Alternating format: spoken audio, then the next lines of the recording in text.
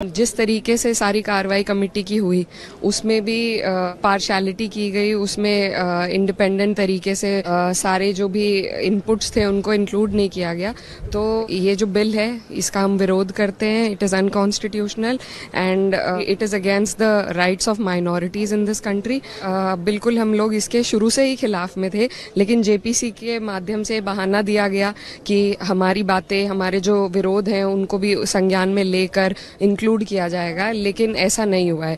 कई decent notes जो MPs के हैं, जो लोग जेपीसी में थे, उनको एडिट करके इसमें डाला गया है और जितनी भी उनको चिंता थी उनको ठीक तरीके से रिजॉल्व करके इंक्लूड नहीं किया गया है। So there was no point of the JPC.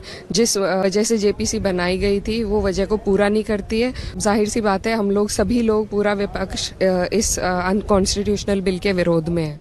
अज़दुद्दीन Owaisi उन्होंने ये लगातार पहले भी कहा कि ये मुस्लिमों के हकों का हनन करना है। आज भी ये कहा कि अनकॉन्स्टिट्यूशनल है और मुस्लिमों के अधिकारों को उनसे छीनने वाला ये है। आप भी मानते हैं? जी बिल्कुल, 100%। इसमें बहुत सी चीज़ें हैं जिस पर कई बार हम लोगों की भी डिस्कशन आपस में हो चुकी है और ये एक माइनॉरिटी बॉडी है।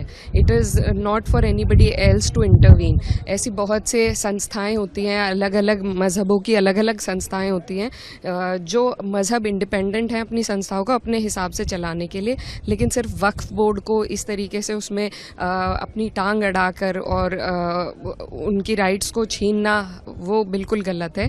तो बहुत सी कमेटी होती हैं, गुरुद्वारे की कमेटी होती हैं, अलग अलग मंदिरों की कमेटी होती हैं, तो सब अपने मज़हब के हिसाब से चलती हैं, लेकिन सिर्फ वक्फ पे इस तरीके से हमला करना सरकार के द्वारा ये उचित नहीं है। ये जो बिल है इसका हम विरोध करते हैं। It is unconstitutional and it is against the rights of minorities in this country.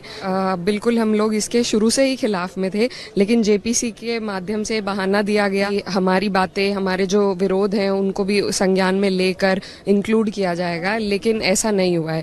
कई डिसेंट नोट्स जो एमपीज़ के हैं, जो लोग जेपीसी में थे, उनको एडिट करके इसमें डाला गया है। There was no point of the JPC.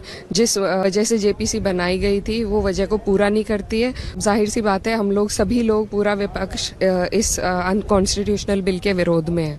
जी बिल्कुल, 100%। इसमें बहुत सी चीज़ें हैं जिस पर कई बार हम लोगों की भी डिस्कशन आपस में हो चुकी है। ये एक माइनॉरिटी बॉडी है।